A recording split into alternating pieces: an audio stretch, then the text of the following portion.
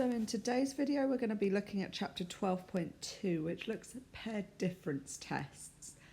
This is basically incorporating everything that we have done before, but it's for a very specific type of test, and it's actually very easy to see when you would use this particular test.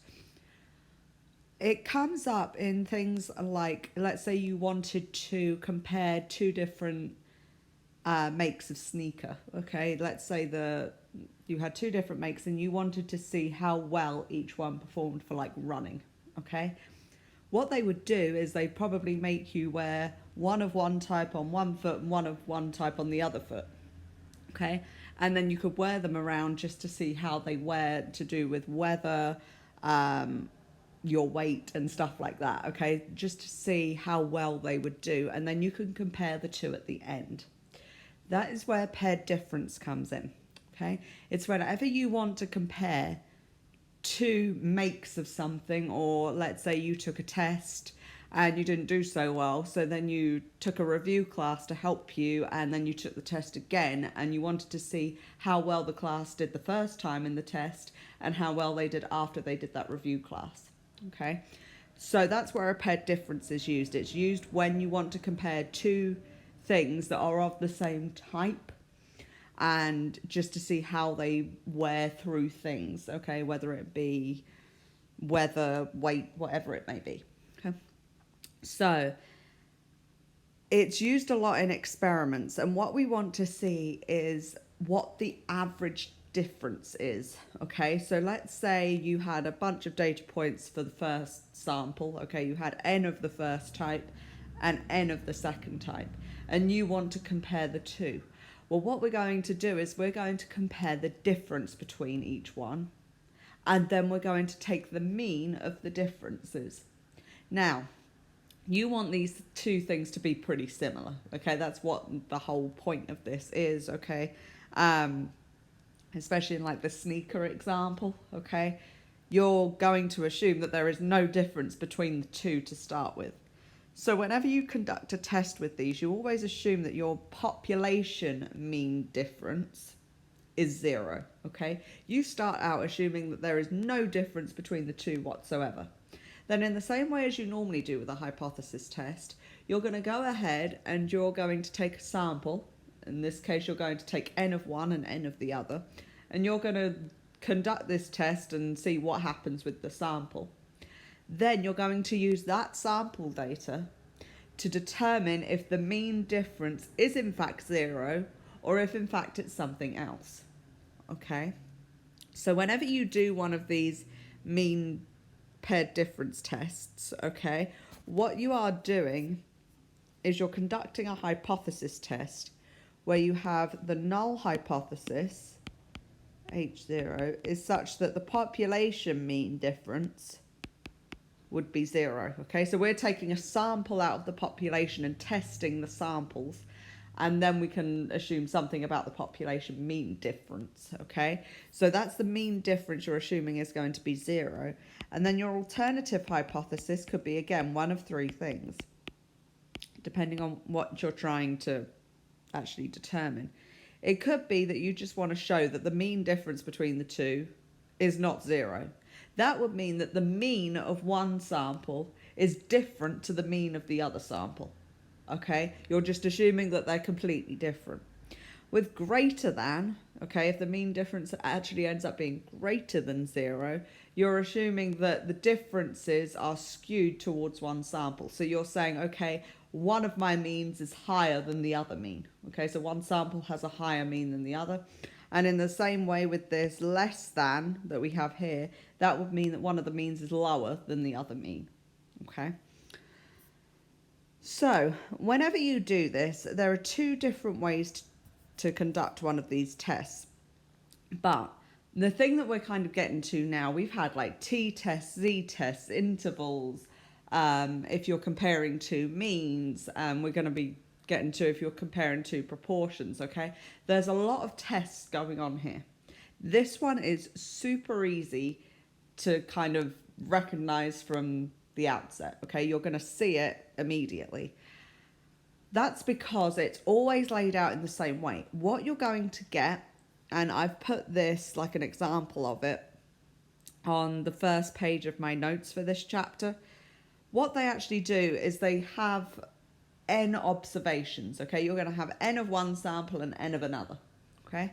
And they're going to have these n data points for each one of your samples, okay? So whenever you see one of those tables where they're saying, okay, in this experiment, I'm going to be comparing this sample to this sample because I want to see what happens with the mean difference. Whenever you see that and you see a table, you know that this is the test that you need to use. Okay, so it's super simple. You're basically watching out for a table. Okay, as I said, there's two ways to do this. Okay, the first way works with any one of these three alternative hypotheses, whether it be two-sided or one-sided, whether that be left or right-tailed. Okay, and the way that you do this is to run a t-test on the differences. Okay, if you look at page 1 of my notes on the Google Drive for 12.2, you will be given the first 3 columns of that. They may be done as rows, but you'll be given the first 3 columns. You'll have the number of the observation, and then you will have n of the first sample and n of the second sample. Okay, so you'll have n data points for each one of the samples. You will then have to go ahead and figure out the difference.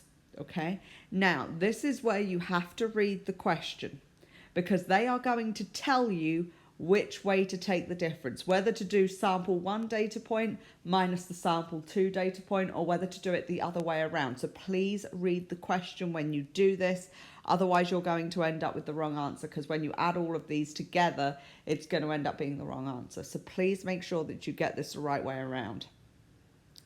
So you're going to go ahead and figure out those differences, okay, between sample 1 and sample 2. In this case, I've done sample 1 minus sample 2, okay? What you then want to do is to look at the mean of those differences. Now, we've only got a sample of n data points for each one of my samples here. So I've got 2 populations, let's say 2 makes a sneaker. And what I want to do is I want to compare the 2. So I've taken n of one sneaker and n of another sneaker. And what I'm doing is I'm comparing the data points. Let's say that I had n people, okay? I had n different people that wore one of each type of shoe. Okay, they wore one of sample 1 and one of sample 2. So those n observations relate to the n different people that were doing this experiment. And then sample 1 is one sneaker, sample 2 is the other sneaker. Okay, so you calculate this difference, and what you're then going to do in your calculator, put that list of differences in your calculator. Okay, so you go ahead and put that list of differences once you've calculated them into your calculator. Now, another way that you can do this, okay, when you put that list into your calculator, because there's always a worry that you're going to get a computational error somewhere where you've just added wrong somewhere, and especially during a test situation, when you're quickly typing stuff in, everyone worries that they're going to make a mistake doing this. What you can actually do is type in the exact data that they give you. So let's say in list 1, you put all of the n data points for sample 1, and in list 2, you're going to put the n data points from sample 2. If you then go to list 3 and go to the top, what you can actually type in at the top where it says list 3, just do equals list 1 minus list 2, or list 2 minus list 1, okay? So you could just do equals and then L2 minus L1 or L1 minus L2, and it will do those differences for you, okay? So you don't have to worry about any computational error. So that is another way of doing it. So just type sample 1 into list 1, sample 2 into list 2, and then in list 3, you can just say that list 3 at the top is equal to list 2 minus list 1, or list 1 minus list 2, depending on which way they tell you to do the differences. Okay, so once you've got that into your calculator, that's always the first step regardless of what you're doing. Always get that list of differences into your calculator. Now, what you want to do is you want to run a t-test on this list of differences, okay? What that t-test is going to do, before when we've done this, we've gone into stats tests and t-test, and then you've always put in the statistics that were given to you in the problem. Now your input is data, okay, your input is that data list. Because normally when you run a t-test always asks you for the sample mean, the sample standard deviation. Okay, t-test means you've got a sample standard deviation, not a population standard deviation. So you've got the sample standard deviation, and it will ask you all these different things, okay? When you input a data list, it's going to calculate all those things for you. You don't have to worry about what that mean of those sample differences is. You don't have to worry about what the standard deviation of the sample differences is. It's going to do all of that for you. So what it's doing when you run a t-test on that list of differences, okay, so you're going to run a t-test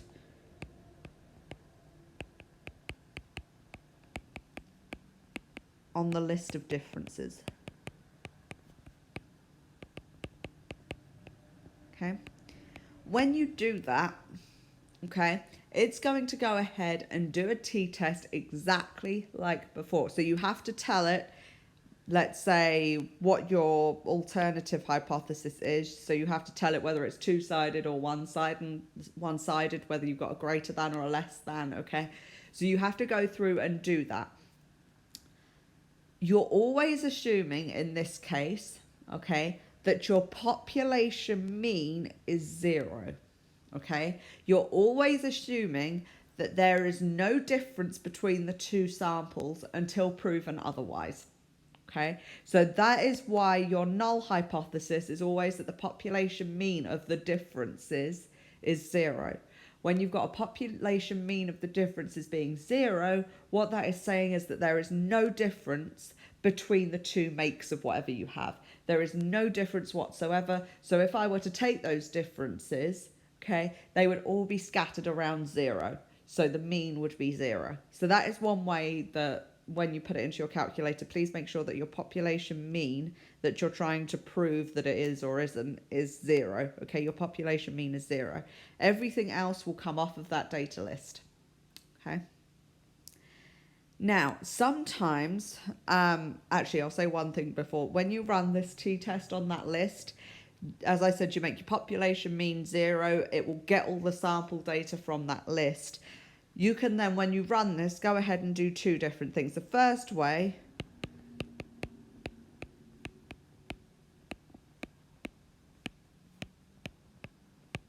as always, you can compare the p-value that comes out of this to the significance level that they wanted you to conduct the test at. Okay, so in the problem, as always, they'll say conduct the test at the significance level of alpha is equal to 0.05. Okay, so you can go ahead and you can compare the p-value that you get out on your calculator to that significance level alpha. Okay, if p is less than alpha, you're going to reject the null hypothesis. If it's greater than alpha, then you're going to fail to reject the null hypothesis and you're going to say our mean difference is 0. Okay, so that's same as always. But the second way that you will sometimes have to do this is the long way. Okay, where again you write down what your null and alternative hypotheses are, you find your significance level, then you find your test statistic, then you find a critical value, you compare your test statistic to the critical value, and then you can go ahead and determine whether to reject or fail to reject the null hypothesis. The thing with this chapter is sometimes they will ask you for a critical value. There is a simpler way of doing it rather than you typing some stuff into a calculator, and that is by using a table. If you are on Hawks and you decide to use this method, you can go ahead and use the P and the alpha and do it that way if they just say to you, conduct the test. But sometimes they will say to you, what is the test statistic? What is the critical value? Go ahead and then figure out whether to reject or fail to reject the null hypothesis. So the second way, do this the long way. Using test statistic. Okay, so this is the exact same thing that we have done previously with other chapters, but now we're dealing with the differences and not the data points. Okay, so you're using a test statistic and a critical value.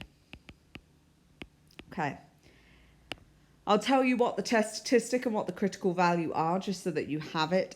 Your t-test, when you do a t-test on that list of differences, it should actually give you the test statistic. Okay, so your calculator, when you run a t-test, will give you the test statistic. It will not, however, give you a critical value. That is something that you will have to find. The test statistic, okay, in this case, we are running a t-test, okay, because we don't have any population standard deviations, okay? We don't know the standard deviation of the differences of the population, okay? So we don't have that population standard deviation. The population differences and taking their standard deviation, that's not a thing here, okay? We don't have that. We only have this sample data. We only have the sample differences. So we can get the standard deviation of the sample differences. We just don't have the standard deviation of the population differences. So we know that because we've only got the sample data and not the population standard deviation, we know that we have to use a t-test. So your test statistic in this case is t, okay? Now, it's exactly the same as what you have seen before with the means, okay? Because what you are doing here, you're taking a sample mean, but it's the mean of the sample differences, okay? So it's a sample mean, but just of the differences rather than of the data points, okay? So this test statistic is going to have the exact same form as the test statistic for the sample means, okay? I'm going to write all of this out. Remember here, when we did this, when you are looking at the test statistic for the sample means, okay, it was always the sample mean minus the population mean divided by the standard deviation over the square root of the sample size. Two things to note. Number one is that you're dealing with the mean of the sample differences here. So this is not just the sample mean of the data points, okay? So it's not just the mean of the sample data points. You are dealing with here the mean of the sample differences, okay? So we've taken the data points, found their differences, and that's what we're taking the mean of, okay? So it's slightly different in form. So this would be, this part here, is the sample mean of those differences. So taking that sample data and you've taken that list of differences for those n data points, for sample 1 and sample 2, that is the mean of those n differences, okay?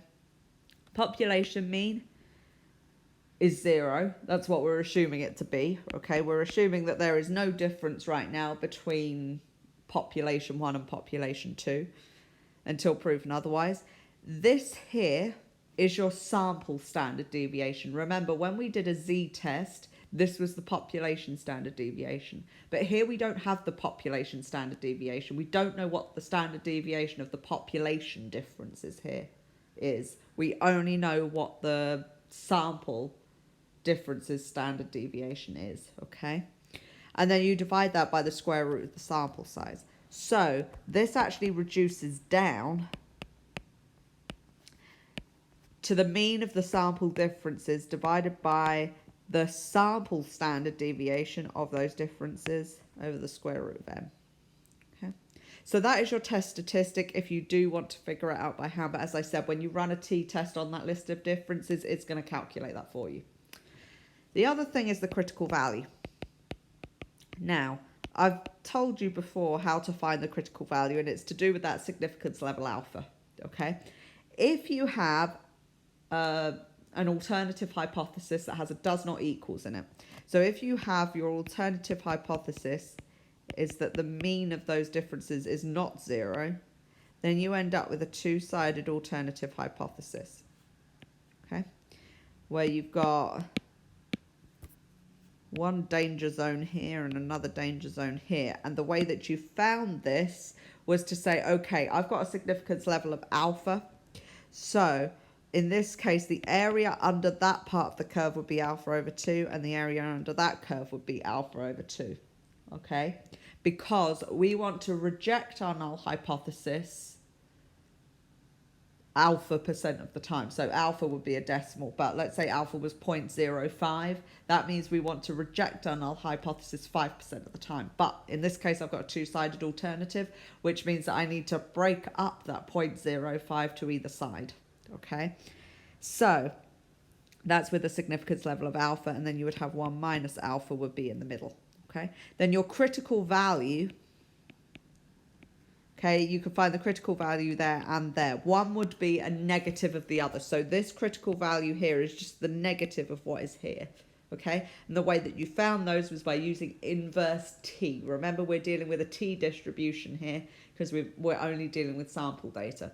So you would go ahead and do inverse t, and you plug in the area to the left of the critical value. You could go ahead and find the negative version of it by just plugging in an area of alpha over 2, or you could find the positive version of it by plugging in your area would be like 1 minus alpha over 2 would be the whole area to the left. So you could go ahead and plug that in and figure out the area, and it would also ask you for the degrees of freedom. Degrees of freedom is always the sample size minus 1. Okay, so you can go ahead and do that and figure out the critical value. And then if you had instead a one-sided alternative, okay, I'm going to do this for a greater than. That would mean that you had a one-sided alternative. Because it's greater than, it means that you're dealing with this end up here. So your critical value would be this point here, where you had alpha being your significance level as an area there. If you had a less than, then it would be an area of alpha over this side if you had that the mean was less than 0. Okay, so it's exactly the same as what we've done before. Okay, you go ahead and find out that critical value using inverse t.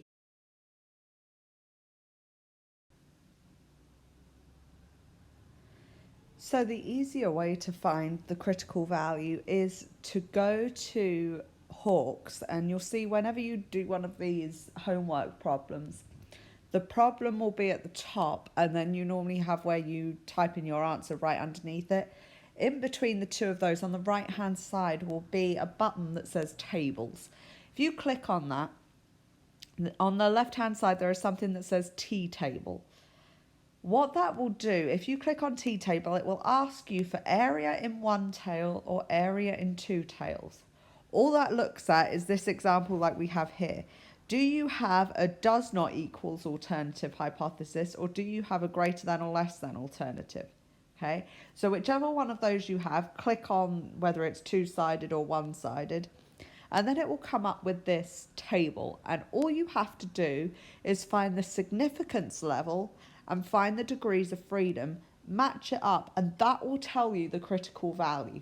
So it's actually way easier than trying to deal with like areas and stuff like that. It's actually much quicker to use these tables. It's the only time that I will really tell you to use tables, apart from in chapter 16, because sometimes it can get kind of confusing.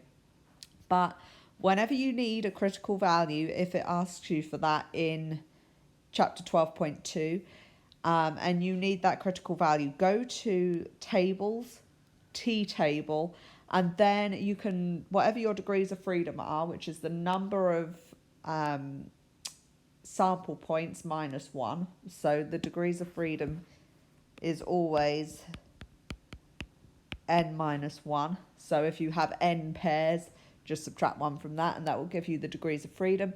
And then on the top is like 0.1, 0.05, 0.025. That is alpha, the significance level. So whatever your significance level is, match that up with the degrees of freedom, and that will give you the critical value. The only thing I have to warn you about is when you have an alternative hypothesis that looks like that, so it's a less than. In this case, when you draw out your curve, okay, it's a less than problem. So we know the tail is going to be to the left, which means that your critical value is going to be over here. 0 is in the middle. That means your critical value is negative. So please keep that in mind when you do this, okay? If you ever have an alternative that has a less than, you're going to have to make your critical value that comes up on the table, make that negative, okay? Because they will only deal with positive values here. So it's fine if you've got a does not equal or a greater than, but if you do have a less than, make sure you make that value negative because it will always give the positive value in the table. Okay. So you can then compare your critical value to your test statistic. And if your test statistic, let's say in this example, if your test statistic T fell in here, then you would reject your null hypothesis. If it fell somewhere over here where it's not in that danger zone, so that would be your danger zone because it's a less than problem, which means that the tail is to the left. If T fell over here, then it means that you would fail to reject that null hypothesis. Okay, so it's exactly the same as normal. It's just finding the critical value in the test statistic and comparing the two. But as always, unless they ask you specifically for the test statistic and the critical value and for you to go that way, the much easier way is to come back here and just to compare P and alpha from the t-test. Okay. But if you do have to go the long way, remember that the calculator, when you run a t-test on those differences, it will give you the test statistic for the sample mean difference. Okay. It will calculate this value for you.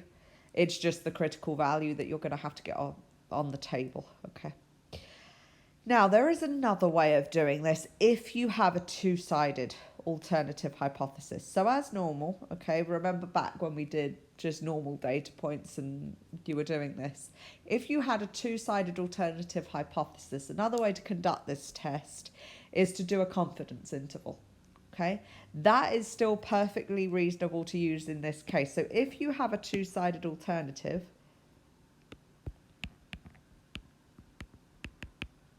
so your alternative is such that the mean difference for the population does not equal 0, then you can use a confidence interval. So you can do it the other way, that's totally fine. You do not have to use this way for the two-sided alternative. You can absolutely do it this way or the short way. Okay, so please don't feel like you have to do it this way, but sometimes they may ask you for a confidence interval, so just be aware of this. If you have a two-sided alternative, then you can use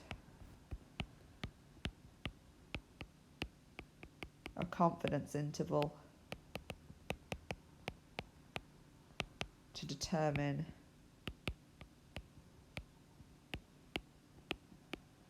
whether or not to reject the null hypothesis.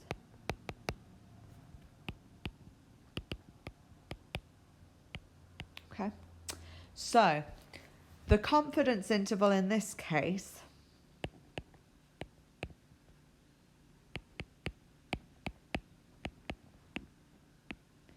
it's very, very similar to a t-interval. Okay, it looks exactly like a t-interval. So you have your sample mean difference plus or minus this t-value times the standard deviation over the square root of the sample size. Okay, you can go ahead, this is just done using a t-interval on the list of differences. So if you have that list of differences in your calculator and you have a two-sided alternative, what you can do is go into your calculator and instead of going to t-test, go to t-interval. Okay, it's still in the same menu. Go to t-interval and run it on data where you're using that list of differences. So instead of stats, you're using data. It will calculate the sample mean difference. It will calculate the sample standard deviation of the differences. Okay, it will do all of this for you. It will calculate that t-value. Okay, you can also get that t-value from the critical value that you get on those tables. So if it asks you for that t-value, that is just that critical value. Okay, so you can go ahead and use that. This is just another way to do the two-sided alternative. Now, the way that you can see whether to reject or fail to reject that null hypothesis, you want to know if your population mean lands in this interval. Well, your population mean is 0 because you want the difference, the population mean difference, to be 0. So if 0 lands in this interval,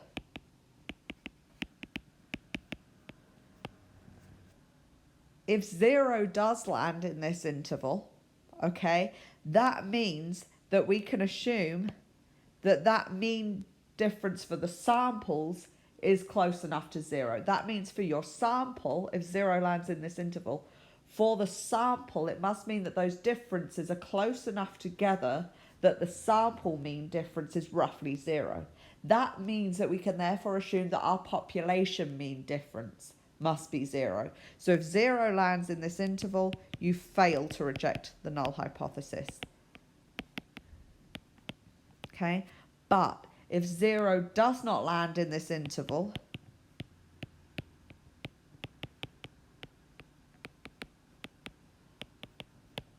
okay, if 0 doesn't land in the interval, that must mean that our sample mean differences must be far enough apart that we cannot assume that those samples are going to be the same, which means that our population mean difference cannot be 0. There is no way, so we're going to reject the null hypothesis. Okay. So it's exactly the same as when we've used these confidence intervals before. So the first type of problem that you could get would be one of these t-interval problems. So we are looking at the mean difference between two sets of data. They will be related in some way. You are looking at the mean difference between the two sets, and it will ask you for a confidence interval. Okay? Whenever it asks you for a confidence interval in a paired difference problem, it is going to be a t-interval. Okay, you can tell it's a paired difference problem when they give you d is equal to something. Okay, that's the difference between two values. So it says given two dependent random samples with the following results. So we've got some results from population 1, there's 7 of them, and again from population 2, we have 7 people as well. And it says use this data to find the 90% confidence interval for the true difference between the population means. Okay. So I need to create a 90% confidence interval. The big thing here is to remember to read the question, okay? They've told us that the difference is the population 1 entry minus the population 2 entry, okay? So I have to make sure that when I calculate my list of differences and then run the t-interval on that list of differences, that I get the difference the right way around and I do first list minus second list. Okay, so let's go ahead and do this in our calculator. So if I go to Stat and go to Edit, if I come over here, in list 1 I have put my population 1 entries, in list 2 I have put my population 2 entries. If you do that, then in list 3, because the difference is population 1 minus population 2, you can just set list 3 equal to list 1 minus list 2, and it will create all those differences for you. It reduces the human error. Okay, so I've got my list of differences. I want to run a t-interval, a 90% confidence interval on this set of differences. Okay, whenever it asks for a confidence interval in paired difference, it's a t-interval. Whenever it asks for a hypothesis test, you're going to run a t-test. Okay. So I'm going to go to Stat, Tests, and I'm going to run a t-interval. Okay, I have this with data, okay, because I have a data list, and I'm running this on list 3. My frequency is 1, my confidence in this case is 90%, 0.9. And I go ahead and calculate. This interval at the top is the interval that we hope would contain the mean difference in the populations. Okay, now in this case, this contains 0. If we were to go ahead and do this as a full hypothesis test, because my interval contains 0, I can assume, like we've done before with hypothesis testing and relating it back to our confidence intervals, because the mean difference that I am looking for in my hypothesis being 0, because that lands in here, I can assume that my population means are close enough together that their difference is 0. So I can assume that they are the same, okay? So my mean difference of 0 lands in this interval, so I am 90% confident that my mean difference is 0. Okay, because it lands within this range, because I'm 90% confident that my mean difference should land in there. Okay, so it depends how you want to do this. Normally it will say to you, hey, run an interval or run a hypothesis test, but you can again link the two. Also, leading on from that problem, when they ask you about the confidence intervals, they may also ask you what the critical value is. Now, you could get the test statistic that you would compare to the critical value if you wanted to do it the long way. The test statistic would come up in a t-test. So if you were instead to run a t-test on this particular problem instead of the t-interval, you could go ahead and actually find the test statistic. Just make sure that you get your values in there correct. The critical value is what you compare the test statistic to if you want to see whether you reject or fail to reject if you were doing this the long way around. But they sometimes ask you to find that critical value. You can do it one of two ways. You can either do it on your calculator or you can do it using the tables. It's actually simple to find using the tables, but I will also show you on a calculator. If you had, let's say, a 90% confidence interval, okay? If you were to draw this as a curve, it means that you have a 0.9 area in the middle with 0.05 area under the curve on either side, okay? So you would have just this curve and you'd have 0.05 on either side, and then in the middle you'd have an area of 0.9 for a 90% confidence interval. If you had your test statistic fall in either of those 0.05 areas to the left or the right, then you would reject your null hypothesis. If it fell within that 0.9 region, then you would fail to reject. The question is, what value is that cutoff point such that if the test statistic is higher than the positive of it or lower than the negative of it, you're then going to reject the null hypothesis? What is that value? Well, I'll do this for a 90% confidence interval. We have actually done this before, it's just been a while. So if you go to second and distribution and go down to inverse t, you are trying to find the t value such that if you think of it as a curve, if you get a test statistic that falls to the right of the positive of this value or the left of the negative of this value, you are going to reject your null hypothesis. Now, one of two things you can do here, okay, for the area. With a 90% confidence interval, we said you have a 0.05 area on either side of the area that's okay. If you want the positive t value, which is what it's actually looking for, you would have that 0.05 area on the left plus that 0.9 area on the left of that value as well. So the area to the left is 0.95. That is the area to the left of the t value you're trying to find. In our example, we had 7 people in each one of our rows.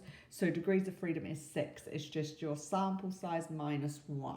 Okay, so you had 7 on each one. So it's the sample size minus 1. If you go ahead and calculate that, that is the critical value. This is the value that we would compare the test statistic to see whether we would reject or fail to reject the null hypothesis. If instead I would have put an area of 0.05 here, it would have given me the negative of this value. Make sure even if you do that, you give me the positive. Okay. Other way you could do this is actually by using the tables.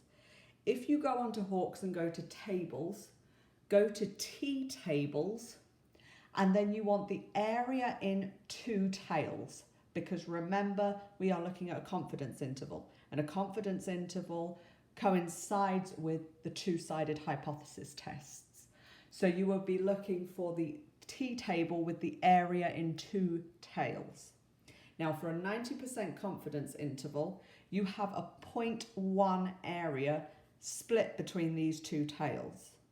So in that table, you would go to 0.1, which is what's between these 2 tables. Okay, you've got 0.05 in each tail. So you've got 0.1 area, and your degrees of freedom is again 6. And you would come out with this same value by using the tables. It is totally up to you. It's not the nicest problem to have to do, just it does link back to what we have done before. So you can either do it by using inverse T, just make sure that you get the area correct, and the degrees of freedom is the sample size minus 1, or you can do it using the tables. So the next problem we're going to look at is actually one of these t-test problems. So the first one we had was a t-interval, the next one is a t-test.